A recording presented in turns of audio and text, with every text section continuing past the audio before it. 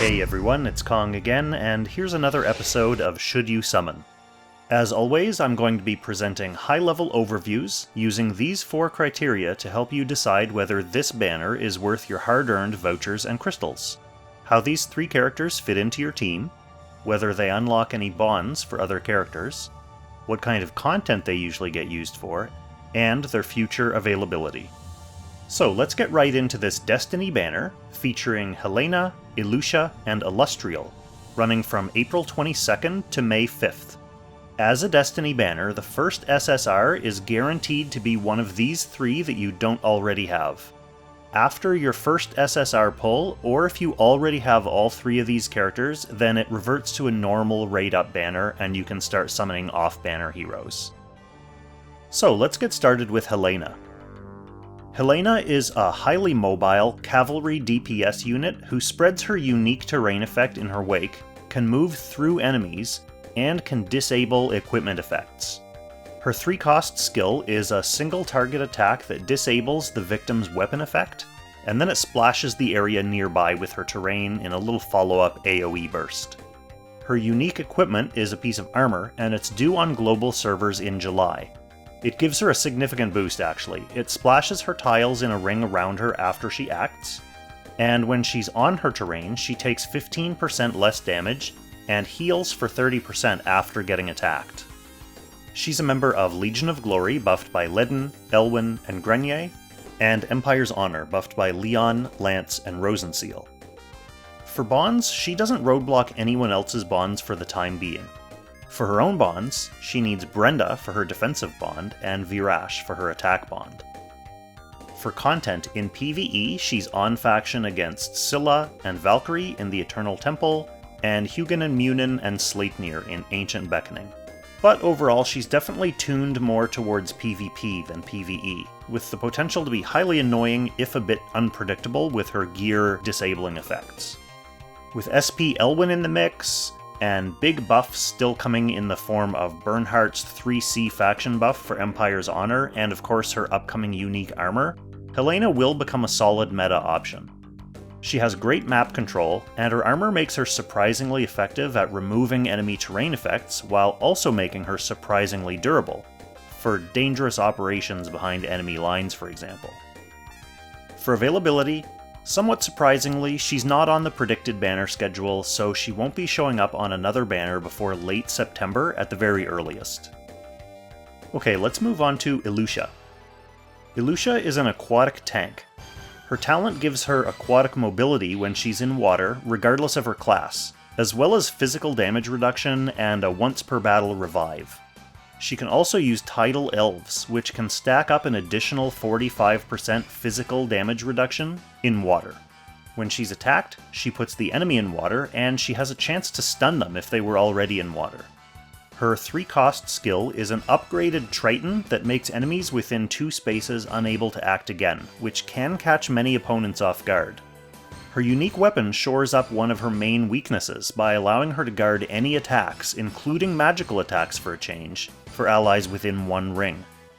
She's a member of Legion of Glory, buffed by Leden, Elwyn, and Grenier, and Strategic Masters, buffed by Ultimuller and Lanford. For bonds, she unlocks the defensive bonds for the SR storyline freebie Melania, and next month's new character, Vincent. She needs the Knight of Mystery to unlock her own defensive bond, and the free storyline SR character Oliver for her attack bond. Okay, for content, in PvE, in the Eternal Temple she's on faction for Phoenix and Scylla, and I could see her being semi-useful against Scylla just because she would have ready access to her water buffs. Although, on the flip side, any of her effects that try to hinder the enemy by putting them in water wouldn't be effective there, so maybe it ends up being a wash. It's not exactly the best fight for tanks anyway. In Ancient Beckoning, she's on faction for Hugin and Munin and Sleipnir, but not great in those fights either. She could probably be useful in Timeless Trials as a hard-to-kill SSR replacement for Lester, since she also has Chain Hook, but Lester is free.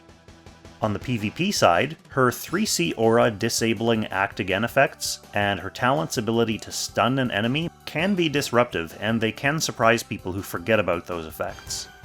Her unique weapon helps by letting her tank magic for her teammates.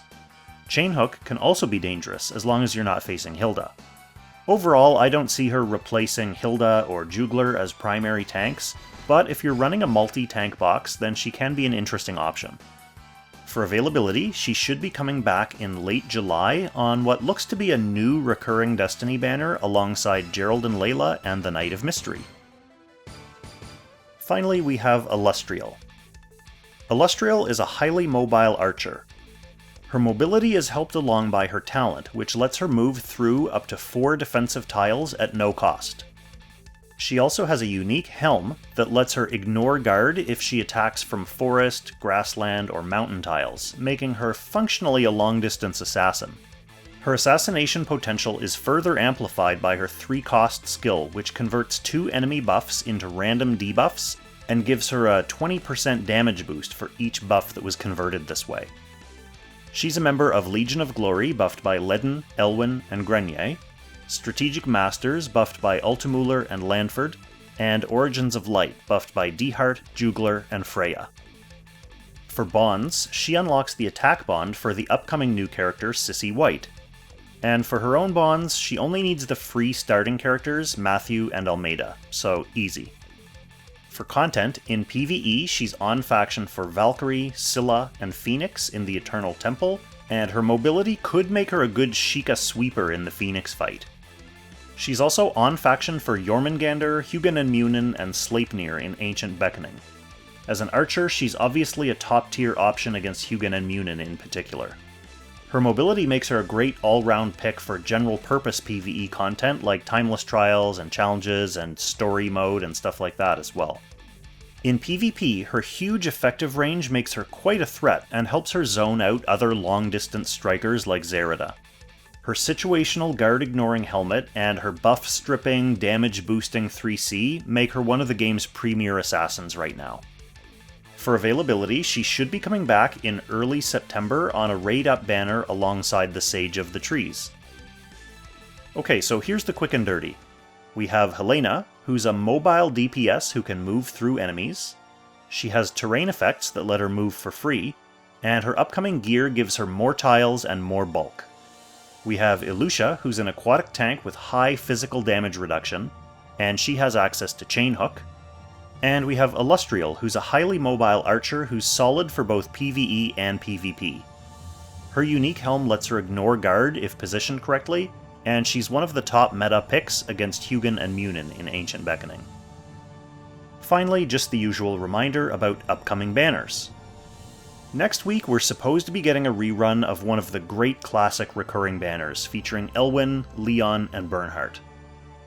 Elwyn recently got his SP class, Leon is a general-purpose PvE champ, and Bernhardt's upcoming 3C will help lift Empire into the Apex Arena meta, so it is a good banner to get caught up on if you're missing anyone.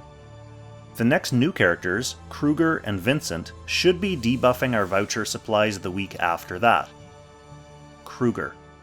Okay, so that's it for this episode. I hope you found this video and these summaries helpful. Let me know in the comments if you have a Destiny guarantee lined up or if you just plan on summoning on this banner anyway. Personally, I have all 3 of these characters already, but I will be farming Helena later this summer, and a copy of the other 2 would bring them up to 4 stars, so it wouldn't exactly hurt to fire off a couple of low-risk summons, knowing that it won't matter too much who shows up. If you saw my summoning plans fireside chat, don't worry, I'm not planning on going to pity or breaking the bank for this, but a couple little exploratory summons wouldn't hurt anyone. As always, thanks so much for watching, and I'll catch you in the next Should You Summon. Extra special thanks, of course, to our Langrisser tier channel members Levitt, Derek Gunderson, and Kyle Greer-Brown, as well as all of our gold tier members for your generous support. Thank you.